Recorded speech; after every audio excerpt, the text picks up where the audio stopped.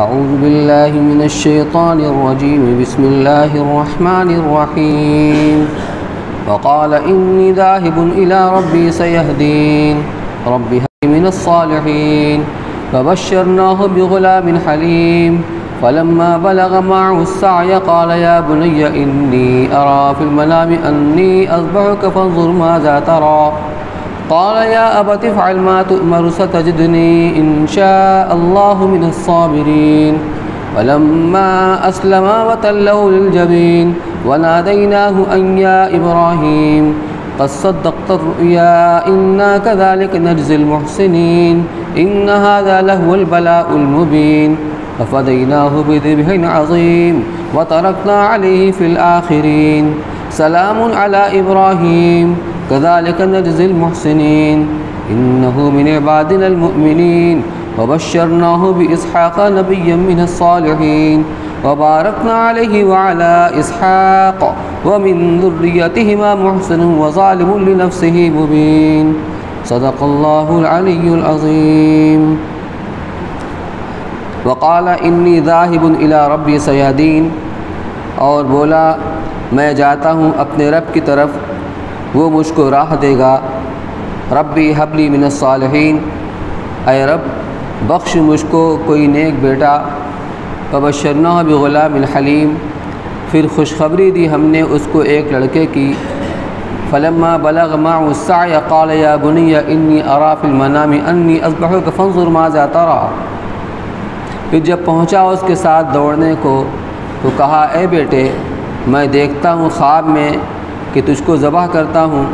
پھر دیکھ تو کیا دیکھتا ہے قال یا ابت افعل ما تؤمر ستجدنی ان شاء اللہ من الصابرین بولا اے باپ کر ڈال جو تجھ کو حکم ہوتا ہے تو مجھ کو پائے گا اگر اللہ نے چاہا سہارنے والا فلما اسلما وتلہ للجبین پھر جب دونوں نے حکم مانا اور پچھاڑا اس کو ماتھے کے بل ونادیناہ ان یا ابراہیم اور ہم نے اس کو پکارا یوں کہ اے ابراہیم قد صدقت الرؤیا تو نے سچ کر دکھایا خواب انا کذالک نجزی المحسنین ہم یوں دیتے ہیں بدلہ نیکی کرنے والوں کو ان ھذا لہو البلاء المبین بے شک یہی ہے صریح جانچنا وفدیناہ بذبح عظیم اور اس کا بدلہ دیا ہم نے ایک جانور ذبح کرنے کے واسطے بڑا وترکنا علیہ فی الآخرین اور باقی رکھا ہم نے اس پر پچھلے لوگوں میں سلام علی ابراہیم کہ سلام ہے ابراہیم پر کذالک نجزی المحسنین ہم یوں دیتے ہیں بدلہ نیکی کرنے والوں کو انہ من عبادنا المؤمنین وہ ہے ہمارے ایماندار بندوں میں وبشرناہ باسحاق نبیا من الصالحین اور خوشخبری دی ہم نے اس کو اسحاق کی جو نبی ہوگا نیک بختوں میں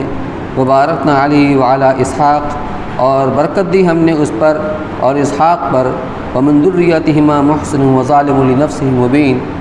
اور دونوں کی اولاد میں نیکی والے ہیں اور بدکار بھی اپنے حق میں صریح گزشتہ ہفتہ 28واں پارہ مکمل ہو چکا تھا اس حساب سے آج 29واں پارہ شروع ہونا چاہیے تھا لیکن عید الاضحیٰ کی مناسبت سے میں نے مناسب سمجھا کہ قربانی کے تعلق سے کچھ آیات کی تشریحات آپ کے سامنے پیش کر دی جائیں اس لیے سورہ صافات کا 7واں رکوع ہے اس کی تلاوت آپ کے سامنے کی گئی لیکن اصل بات کو سمجھنے سے پہلے کچھ باتوں کو سمجھنا ضروری ہے تاکہ باتیں مرتب ہو جائیں سیدنا ابراہیم علیہ نبینا علیہ الصلاۃ والسلام کو اللہ تعالیٰ نے جس مقام بلند کے اوپر فائز کیا تھا اور مشکل سے مشکل ترین قربانیوں کے اوپر ان کو ڈالا آزمائشوں میں ڈالا اور ابراہیم علیہ السلام تمام امتحانات کے اندر پورے اور کھرے اترے شروعات وہاں سے ہوتی ہے کہ ابراہیم علیہ السلام دنیائے کفر و شرک کے اندر جہاں کوئی بھی توحید کا پرستار نہیں تھا اللہ نے ان کو توحید کا علمبردار بنایا اپنے ماحول کے اندر جہاں چاروں طرف کفر و شرک کی گھٹا ٹوپ اندھیرا چھایا ہوا تھا انہوں نے توحید کی دعوت دی اس کی پرواہ کیے بغیر کہ ہمارا انجام کیا ہوتا ہے لیکن جب ان کی دعوت لوگوں نے نہیں سنی، بات کو نہیں سنی، تو انہوں نے ایک عجیب غریب طریقہ اختیار کیا من جانب اللہ کہ جب عید کے دن اور جشن کے دن قوم کے سارے لوگ بستی کے باہر چلے گئے جشن منانے کے لیے، تو ابراہیم علیہ السلام ان کے بت خانے کے اندر داخل ہو کر ایک تبر کے ذریعے سے تمام بتوں کو توڑ ڈالا، اور جو سب سے بڑا بت تھا اس کے کاندھے کے اوپر اس تبر کو، کلہاڑی کو لٹکا دیا، یہ تاثر دینے کے لیے کہ جب یہ لوگ آئیں گے وہ دیکھیں گے تو ایک دوسرے سے پوچھیں گے کہ کس کی حرکت ہے، تو لامالا مجھے بلایا جائے گا، جب مجھ سے پوچھیں گے تب میں ان کی خبر لوں گا، ان بتوں کی بے بسی کو، بے کسی کو، پھر میں اس کی وضاحت کروں گا۔ چنانچہ ایسا ہی ہوا۔ جب انہوں نے ان سے پوچھا ابراہیم علیہ السلام سے کہ ابراہیم یہ کس کی حرکت ہے، یہ کس نے کیا ہے، جو آپس میں انہوں نے یہ گفتگو کی کہ یہ کس کی حرکت ہو سکتی ہے، اتنی بڑی جسارت کہ ہمارے خداؤں کو، ہمارے بتوں کو توڑ ڈالا، تو انہوں نے کہا کہ ایک نوجوان کو سنتے تھے جو ان بتوں کا تذکرہ برائی کے ساتھ کیا کرتا تھا، جس کو لوگ ابراہیم کہتے ہیں۔ پھر ان کو بلایا گیا، پھر پوچھا کیا تم نے کیا ہے یہ حرکت؟ کہا بڑے میاں تو انہی سے پوچھ لو، یہ بڑے میاں انہی سے پوچھ لو۔ یعنی ایک تاثر دیا کہ جو ان میں سب سے بڑا بت تھا اس کو یہ غصہ آیا کہ مجھ بڑے کی موجودگی میں ان چھوٹ بھائیوں کی پوجا کی جائے، تو غصے میں آ کے انہیں کلہاڑی یہ سب کا کام تمام کر دیا۔ زبان سے کچھ نہیں کہا لیکن تاثر دینے کی کوشش کی۔ تو اس کے جواب میں قوم نے یہ کہا کہ تم تو جانتے ہی ہو کہ نہ کچھ بول سکتے ہیں اور نہ کچھ سن سکتے ہیں۔ تب ابراہیم علیہ السلام نے موقع غنیمت جان کر کہا کہ تف ہے تمہارے اوپر اور تمہارے ان معبودوں کے اوپر جو نہ کچھ سن سکے نہ کچھ بول سکے، تم ایسوں کو معبود بناتے ہو، ان کی پوجا کرتے ہو۔ اس کا کوئی جواب تو تھا نہیں، تو انہوں نے پھر ان کے خلاف ایک سزا تجویز کی کہ ایک بڑی آگ لگائی اور بہت ساری لکڑیاں اکٹھا کی، جمع کی، اور اس کے اندر آگ لگائی، اور ابراہیم علیہ السلام کو اس میں ڈالنا مشکل ہو گیا تھا، تو منجنیق کے ذریعے ان کو اس کے اندر پھینکا گیا۔ اللہ تعالیٰ نے فضل فرمایا اور آگ کو براہ راست حکم دیا کہ اے آگ تو ابراہیم علیہ السلام کے حق میں ٹھنڈی اور باعث سلامتی بن جا۔ یہ اس لیے فرمایا گیا کہ بسا اوقات ٹھنڈک زیادہ ہوتی ہے تو وہ بھی مضر ہو جاتی ہے، نقصان دہ ہو جاتی ہے، تو گویا وہ آگ نہیں تھی، وہ ابراہیم علیہ السلام کے حق میں باغ بن گئی تھی۔ جو رسی ان کو باندھ کر کے اس میں ڈالا گیا تھا، رسی ساری جل گئی لیکن ایک نوعی بال بیکا نہیں ہوا۔ اس طریقے سے آزمائشوں سے گزرتے رہے۔ جب اس آگ سے باہر آنے کے بعد بھی لوگ ایمان نہیں لائے، صرف ایک حضرت لوط علیہ السلام ان پر ایمان لائے، کوئی ایمان نہیں لایا، تو مایوس ہو کر کے ابراہیم علیہ السلام وہاں سے چلے، جس کے تذکرہ سورہ مریم کے اندر بھی ہے کہ ابراہیم علیہ السلام نے اپنے باپ کو بہت سمجھایا،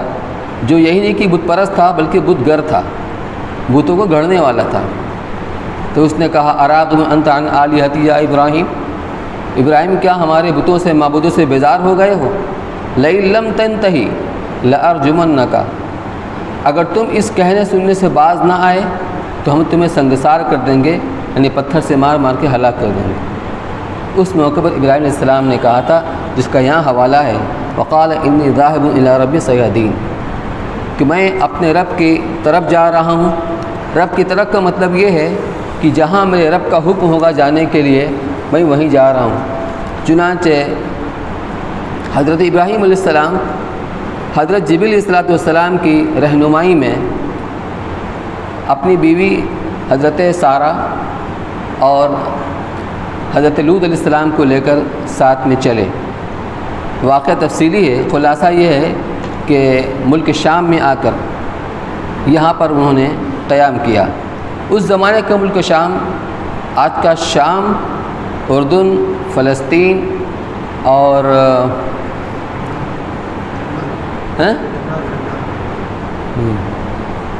بہرحال یہ 3-4 ملک ممالک مل کر یہ شام ہوتے ہیں، تو فلسطین کے اندر آ کر قیام کیا۔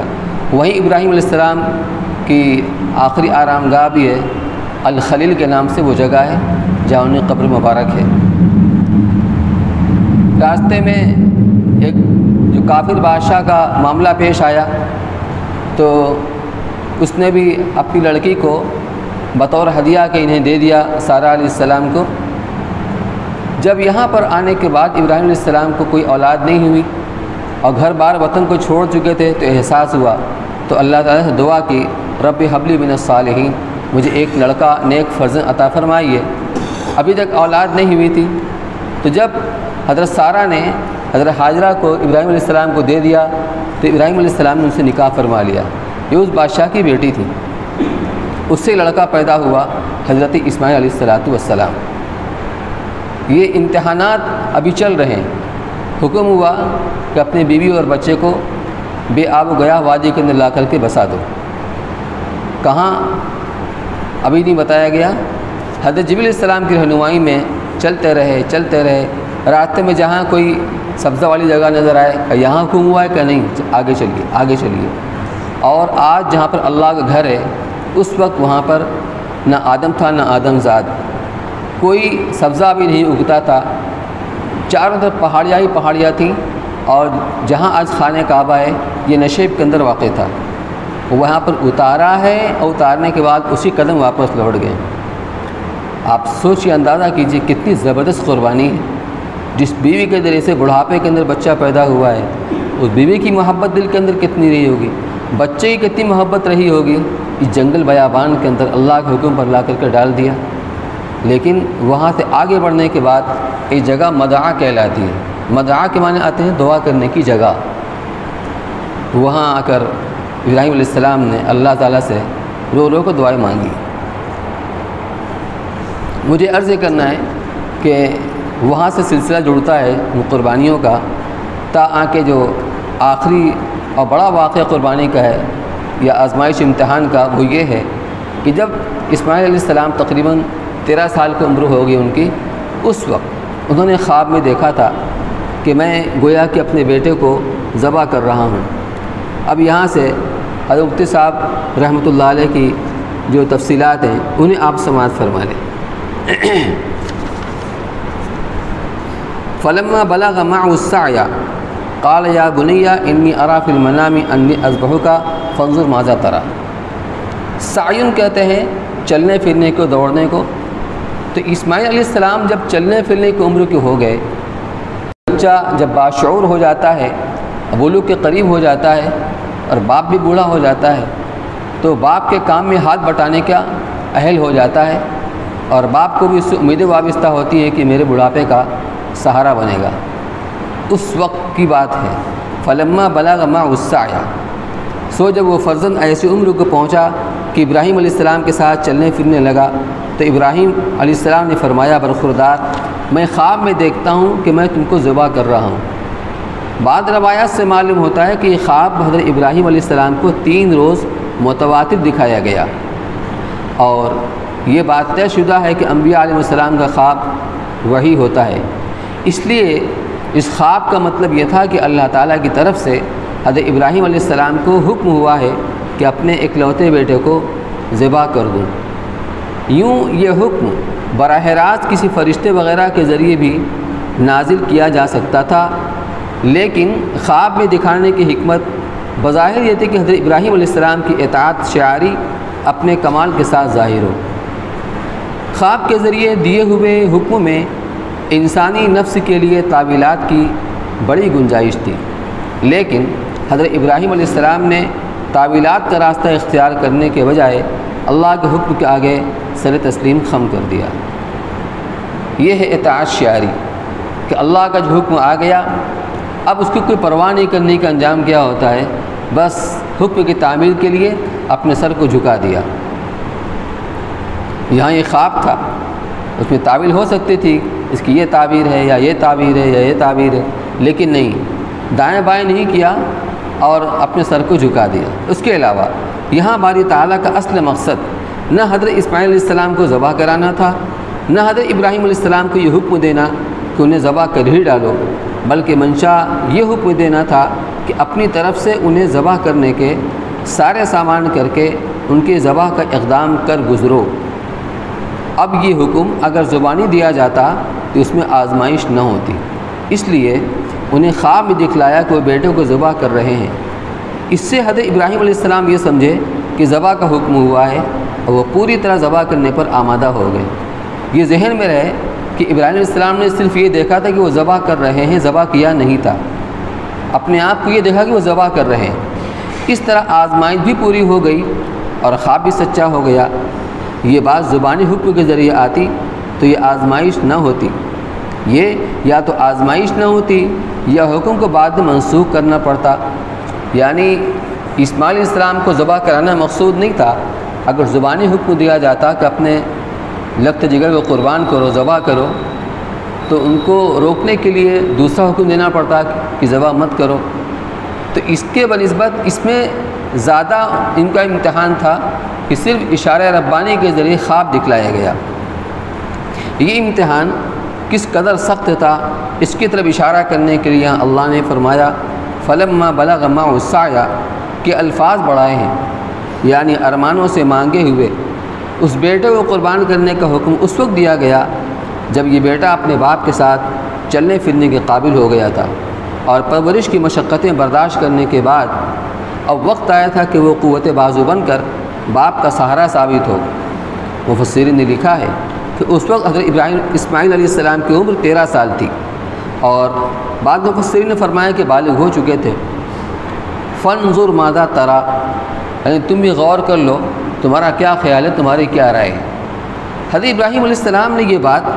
حضرت اسماعیل علیہ السلام سے اس لیے نہیں پوچھی کہ آپ کو حکم الہی کی تعمیل میں کوئی تردد تھا، بلکہ ایک تو وہ اپنے بیٹے کا امتحان لینا چاہتے تھے کہ اس آزمائش میں کس حد تک پورا اترتا ہے۔ دوسرے انبیاء کرام علیہ السلام کا طرز ہمیشہ یہ رہا ہے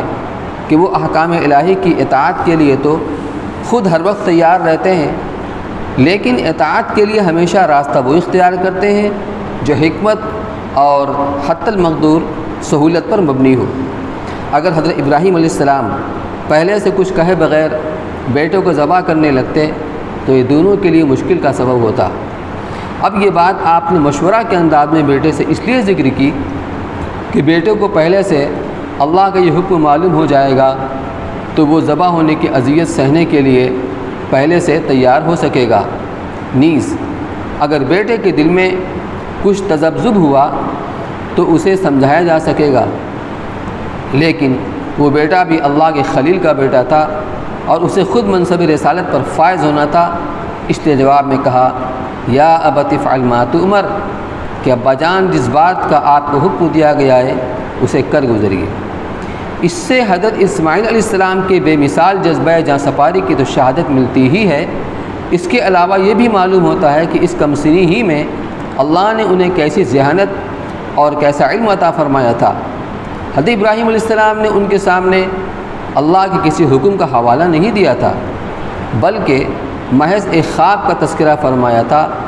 لیکن حضرت اسماعیل علیہ السلام سمجھ گئے کہ انبیاء علیہ السلام کا خواب وحی ہوتا ہے اور یہ خواب بھی در حقیقت حکم الہی کی ہی ایک شکل ہے، چنانچہ انہوں نے جواب میں خواب کے بجائے حکم الہی کا تذکرہ فرمایا کہ جو حکم آپ کو ہوا ہے اسے کر گزریے۔ یہیں سے منکرین حدیث کی واضح تردید ہو جاتی ہے جو وحی غیر مطلوب کے وجود کو نہیں مانتے۔ اصل میں وحی کی دو قسم، ایک وحی مطلوب، ایک وحی غیر مطلوب۔ وحی مطلوب کا مطلب ہوتا ہے جس کی تلاوت کی جاتی ہے، اس سے مراد ہے قرآن کہ وحی کے ذریعے نازل ہوا، یہ وحی مطلوب، اس کی تلاوت کی جاتی ہے۔ وحی غیر مطلوب، اللہ کے رسول صلی اللہ علیہ وسلم جو کچھ ارشاد فرماتے ہیں وہ اپنی طرف سے نہیں ہوتا، وہ اللہ کی طرف سے ہوتا ہے اور آپ اس کو ارشاد فرماتے ہیں، لیکن وہ ایسی وحی ہے جس کی تلاوت نہیں کی جاتی ہے۔ تو اس کو فرمایا کہ وحی جو وحی غیر مطلوب کے وجود کو نہیں مانتے اور کہتے ہیں کہ وحی صرف وہ ہے جو آسمانی کتاب میں نازل ہوگی، اس کے علاوہ وحی کی کوئی دوسری قسم موجود نہیں ہے۔ آپ نے ملاحظہ فرمایا، یعنی مخاطب آپ سے کہ مفتی صاحب فرما رہے ہیں مخاطب سے کہ آپ لوگوں نے دیکھ لیا نہ ملاحظہ فرما لیا کہ حضرت ابراہیم علیہ السلام کو بیٹے کی قربانی کا حکم خواب کے ذریعے دیا گیا اور حضرت اسماعیل علیہ السلام نے صریح الفاظ میں اسے اللہ کا حکم قرار دیا۔ اگر وہی غیر مطلوب کوئی چیز نہیں ہے تو یہ حکم کون سی آسمانی کتاب میں اترا تھا؟ حضرت اسماعیل علیہ السلام نے اپنی طرف سے اپنے والد بزرگوار کو یقین بھی دلایا کہ ستجدنی انشاءاللہ من الصابرین، انشاءاللہ آپ مجھے صبر کرنے والوں میں سے پائیں گے۔ اس جملے میں حضرت اسماعیل علیہ السلام کی غایت ادب اور غایت تواضع کو دیکھیے۔ ایک تو انشاءاللہ کہہ کر معاملہ اللہ کے حوالے کر دیا، اور اس وعدے میں دعوے کی جو ظاہری صورت پیدا ہو سکتی تھی اسے ختم فرما دیا، یعنی انتہائی تواضع کا معاملہ فرمایا کہ انشاءاللہ میں صبر کر لوں گا۔ یہ نہیں کہا انشاءاللہ اگر اللہ نے چاہا تو آپ مجھے صبر کرنے والوں میں سے پائیں گے۔ دوسرے آپ یہ بھی فرما سکتے تھے کہ آپ انشاءاللہ مجھے صبر کرنے والا پائیں گے، لیکن اس کے بجائے آپ نے فرمایا کہ آپ مجھے صبر کرنے والوں میں سے پائیں گے، جس سے اس بات کی طرف اشارہ فرما دیا کہ یہ صبر و ضبط تنہا میرا کمال نہیں ہے، بلکہ دنیا میں اور بھی بہت سے صبر کرنے والے ہوئے ہیں، انشاءاللہ میں بھی ان میں شامل ہو جاؤں گا۔ اس طرح آپ نے اس جملے میں فخر و تکبر، خود پسندی اور پندار کے ہر ادنا شائبے کو ختم کر کے اس میں انتہا درجے کی تواضع اور انکسار کا اظہار فرما دیا۔ اس سے یہ سبق ملتا ہے کہ انسان کو کسی معاملے میں اپنے اوپر خواہ کتنا ہی اعتماد ہو، لیکن اسے ایسے بلند بانگ دعوے نہیں کرنے چاہیے جن سے غرور و تکبر ٹپکتا ہو۔ اگر کہیں ایسی کوئی بات کہنے کی ضرورت ہو تو الفاظ میں اس کی رعایت ہونی چاہیے کہ ان میں اپنے بجائے اللہ پر بھروسہ کا اظہار ہو، اور جس حد تک ممکن ہو تواضع کے دامن کو نہ چھوڑا جائے۔ فلما اسلما وتلہ للجبین، بس جب دونوں جھک گئے، یعنی باپ ذبح کرنے کے لیے اور بیٹا ذبح ہونے کے لیے پوری تیاری ہو گئی۔ اسلمہ کے معنی ہیں جھک جانا، مطیع ہو جانا، رام ہو جانا۔ مطلب یہ کہ جب وہ اللہ کے حکم کے آگے جھک گئے، یعنی باپ نے بیٹے کو ذبح کرنے کا اور بیٹے نے ذبح ہو جانے کی ارادہ کر لیا۔ یہاں لما جس کے معنی جب ہے، اس کا لفظ استعمال کیا گیا ہے، لیکن اس کا جواب مذکور نہیں ہے۔ یعنی عربی قاعدے کے لحاظ سے لما جب آتا ہے تو اس کا جواب بھی آتا ہے۔ مثال کے طور پر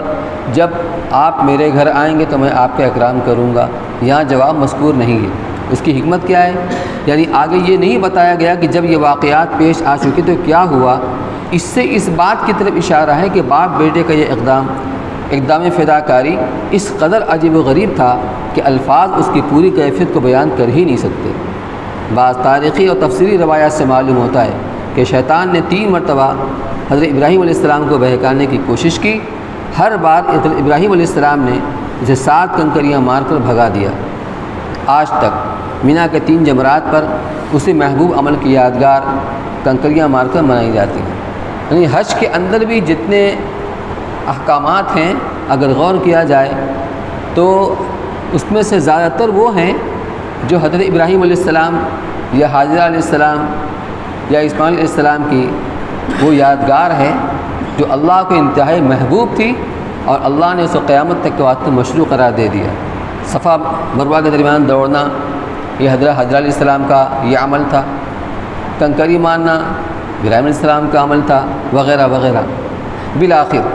جب دونوں باپ بیٹے یہ انوکھی عبادت انجام دینے کے لیے قربان گاہ پر پہنچے تو حضرت اسماعیل علیہ السلام نے اپنے والد سے کہا کہ ابا جان مجھے خوب اچھی طرح باندھ دیجیے تاکہ میں زیادہ تڑپ نہ سکوں، اور اپنے کپڑوں کو بھی مجھ سے بچائیے، ایسا نہ ہو کہ ان پر میرے خون کی چھینٹیں پڑیں تو میرا ثواب گھٹ جائے۔ اس کے علاوہ میری والدہ خون دیکھیں گی تو انہیں غم زیادہ ہوگا، اور اپنی چھری بھی تیز کر لیجئے اور اسے میرے حلق پر ذرا جلدی جلدی پھیریے گا تاکہ آسانی سے میرا دم نکل سکے، کیونکہ موت بڑی سخت چیز ہے۔ اور جب آپ میری والدہ کے پاس جائیں تو ان سے میرا سلام کہہ دیجیے گا، اور اگر آپ میرا قمیص والدہ کے پاس لے جانا چاہیں تو لے جائیں، شاید اس سے انہیں کچھ تسلی ہو۔ اکلوتے بیٹے کی زبان سے یہ الفاظ سن کر ایک باپ کے دل پر کیا گزر سکتی ہے، لیکن حضرت ابراہیم علیہ السلام استقامت کے پہاڑ بن کر جواب یہ دیتے ہیں کہ بیٹے تم اللہ کا حکم کو پورا کرنے کے لیے میرے کتنے اچھے مددگار ہو۔ یہ کہہ کر انہوں نے بیٹے کو بوسہ دیا، پرنم آنکھوں سے انہیں باندھا، وَتَلَّهُ لِلْجَبِينِ یعنی انہیں پیشانی کے بر خاک پر لٹا دیا۔ حضرت ابن عباس رضی اللہ تعالیٰ عنہ سے اس کا مطلب یہ منقول ہے کہ انہیں اس طرح کروٹ پر لٹا دیا کہ پیشانی کا ایک کنارہ زمین سے چھونے لگا۔ لغت کے اعتبار سے یہ تفسیر راجح ہے، اس لیے کہ جبین عربی زبان میں پیشانی کی دونوں کروٹوں کو کہتے ہیں، اور پیشانی کا درمیانی حصہ جبہتن کہلاتا ہے۔ اسی لیے حکیم الامت حضرت تھانوی رحمۃ اللہ علیہ نے اس کا ترجمہ کروٹ پر لٹانے سے کیا ہے، لیکن بعض دوسرے حضرات مفسرین نے اس کا مطلب یہ بتایا ہے کہ اوندھے منہ زمین پر لٹا دیا۔ بہر صورت تاریخی روایات میں اس طرح لٹانے کی وجہ یہ بیان کی گئی ہے کہ شروع میں حضرت ابراہیم علیہ السلام نے انہیں سیدھا لٹایا تھا، لیکن جب چھری چلانے لگے تو بار بار چلانے کے باوجود گلا کٹتا نہیں تھا، کیونکہ اللہ تعالیٰ نے اپنی قدرت سے پیتل کا ایک ٹکڑا بیچ میں حائل کر دیا تھا۔ اس موقع پر بیٹے نے خود یہ فرمائش کی کہ ابا جان مجھے چہرے کے بل کروٹ لٹا دیجئے، اس لیے کہ جب آپ کو میرا چہرہ نظر آتا ہے تو شفقت پدری جوش مارنے لگتی ہے اور گلا پوری طرح کٹ نہیں پاتا۔ اس کے علاوہ چھری مجھے نظر آتی ہے تو مجھے بھی گھبراہٹ ہونے لگتی ہے۔ چنانچہ حضرت ابراہیم علیہ السلام نے انہیں اسی طرح لٹا کر چھری چلانی شروع کی۔ واللہ اعلم۔ وَنَادَيْنَاهُ أَن يَا إِبْرَاهِيمُ قَدْ صَدَّقْتَ الرُّؤْيَا، اور ہم نے انہیں آواز دی کہ اے ابراہیم تم نے خواب سچا کر دکھایا، یعنی اللہ کے حکم کی تعمیل میں جو کام تمہارے کرنے کا تھا اس میں تم نے اپنی طرف سے کوئی کسر اٹھا نہیں رکھی۔ خواب میں بھی غالباً صرف یہی دکھایا گیا تھا کہ حضرت ابراہیم علیہ السلام انہیں ذبح کرنے کے لیے چھری چلا رہے ہیں، اب یہ آزمائش پوری ہو چکی، اس لیے اب انہیں چھوڑ دو۔ اِنَّا كَذَلِكَ نَجْزِي الْمُحْسِنِينَ، ہم مخلصین کو ایسا ہی صلاح دیا کرتے ہیں، یعنی جب کوئی اللہ کا بندہ اللہ کے حکم کے آگے سر تسلیم خم کر کے اپنے تمام جذبات کو قربان کرنے پر آمادہ ہو جاتا ہے تو ہم بالآخر اسے دنیاوی تکلیف سے بھی بچا لیتے ہیں اور آخرت کا اجر ثواب بھی اس کے نام اعمال میں لکھ دیتے ہیں۔ وَفَدَيْنَاهُ بِذِبْحٍ عَظِيمٍ، اور ہم نے ایک بڑا ذبیحہ اس کے عوض میں دیا۔ روایات میں کہ حضرت ابراہیم علیہ السلام نے یہ آسمانی آواز سن کر اوپر کی طرف دیکھا تو حضرت جبرائیل علیہ السلام ایک مینڈھا لیے کھڑے تھے۔ بعض روایات سے معلوم ہوتا ہے کہ یہ وہی مینڈھا تھا جس کی قربانی حضرت آدم علیہ السلام کے صاحبزادے حابیل نے پیش کی تھی۔ بہرحال یہ جنتی مینڈھا حضرت ابراہیم علیہ السلام کو عطا ہوا اور انہوں نے اللہ کے حکم سے اپنے بیٹے کے بجائے اس کو قربان کیا۔ اس ذبیحہ کو عظیم اس لیے کہا گیا کہ اللہ کی طرف سے آیا تھا اور اس قربانی کے مقبول ہونے میں کسی کو کوئی شک نہیں ہو سکتا تھا۔ یہ اس کا واقعہ ہے، اس لیے بھی اس کو آپ کے سامنے تفصیل سے بیان کیا گیا کہ قربانی کوئی رسم کی تکمیل نہیں ہے، اور ہر قربانی کرنے والے کے سامنے یہ چیز ہونا چاہیے کہ اصل قربانی تو اپنے جذبات کی ہے، اپنے لاڈلے لگتے جگر کی ہے۔ اگر ہمیں اپنے اولاد کو قربان کرنا پڑتا تو کتنے لوگ اس میں ثابت قدم رہتے۔ اسی لیے حدیث کے اندر آتا ہے ما عمل ابن آدم من عمل یوم النحر احب الی اللہ من احراق الدم، کہ قربانی کے دنوں میں ابن آدم کا کوئی بھی عمل اللہ تعالیٰ کو قربانی کے عمل سے زیادہ محبوب نہیں ہے۔ وجہ اس کی یہی ہے، پھر اس کا ثواب بھی اسی اعتبار سے دیا جائے گا۔ وَإِنَّهُ لَيَأْتِي يَوْمَ الْقِيَامَةِ بِأَشْعَارِهَا بِقُرُونِهَا وَأَشْعَارِهَا وَأَزْلَافِهَا، یہ قیامت کے دن قربانی کے جانور جب وزن اعمال کے لیے لایا جائے گا تو جو چیز ہم زائد سمجھ کر پھینک دیتے ہیں وہ بھی آ کر وزن کو بڑھائے گا۔ یہ جانور آئے گا اپنے سینگ کے ساتھ، اپنے کھر کے ساتھ اور اپنے بالوں کے ساتھ آئے گا، اور آگے فرمایا وَإِنَّ الدَّمَ لَيَقَعُ مِنَ اللَّهِ بِمَكَانٍ قَبْلَ أَن يَقَعَ بِالْأَرْضِ، کہ خون کا قطرہ جو قربانی کے جانور کو ذبح کرنے کے نتیجے میں نکلتا ہے، پہلا قطرہ گرنے سے پہلے اللہ تعالیٰ کی قبولیت کو حاصل کر لیتا ہے۔ اتنا اونچا عمل ہے، لیکن اخلاص شرط ہے۔ فَطِيبُوا بِهَا نَفْسًا، اس لیے اللہ کے رسول صلی اللہ علیہ وسلم نے فرمایا کہ جب یہ ایسا زبردست عمل ہے اس کو خوش دلی کے ساتھ کیا کرو، اپنے نفس کو، اپنے دل کو اس قربانی سے خوش کرو، یعنی خوش دلی سے کیا کرو، یہ نہیں کہ اب تو کرنا ہی پڑے گا۔ اس لیے میرے بھائیوں یہ قربانی کا عمل زبردست ہے، اللہ اس کو توفیق عطا فرمائے، لیکن اس بات کو ہم پیش نظر رکھیں کہ ابراہیم علیہ السلام کی پوری زندگی قربانی سے عبارت تھی، اور آپ نے قربانی والی امت کو مانگا تھا جو یہی امت محمدیہ علیہ صاحب الصلاۃ والسلام ہے۔ جس کے سر فہرست جس میں اس امت کا پہلا طبقہ حضرات صحابہ کرام ہیں، جنہوں نے ہر طرح کی قربانی پیش کی۔ خاص طور پر صلح حدیبیہ کے موقع پر جو واقعہ ہوا ہے کہ صلح لکھا جا رہا تھا، اس کی شکوں کو لکھا جا رہا تھا کہ ادھر سے ایک مسلمان صحابی ابو جندل رضی اللہ تعالیٰ عنہ ہاتھوں میں اور پیروں میں بیڑیاں اور زنجیروں میں جکڑے ہوئے آئے، ہم مسلمانوں سے فریاد کر رہے ہیں کہ میرے ساتھ یہ معاملہ کیا جا رہا ہے۔ آپ نے کہا بھی کہ ایک آدمی مجھے مانگا ہی دے دو، مشرک اس پر تیار نہیں ہوئے۔ اللہ کے رسول صلی اللہ علیہ وسلم ان کو صبر کی تلقین فرمائی انشاءاللہ اللہ راستہ نکالے گا۔ مسلمانوں کی آنکھوں میں خون اتر رہا تھا اس وقت، لیکن اپنے نبی کے احترام میں سب کو گوارا کر برداشت کیا۔ تو آدمی کے لیے اپنے جذبات کو قربانی دینا ہی مشکل ہوتا ہے، صحابہ نے اس کی بھی قربانی دی، اپنی خواہشات کو قربان کیا، اپنی ضرورتوں کو قربان کیا، تو اللہ نے کو مقام عطا فرمایا۔ آج امت اس سے بہت دور چلی گئی۔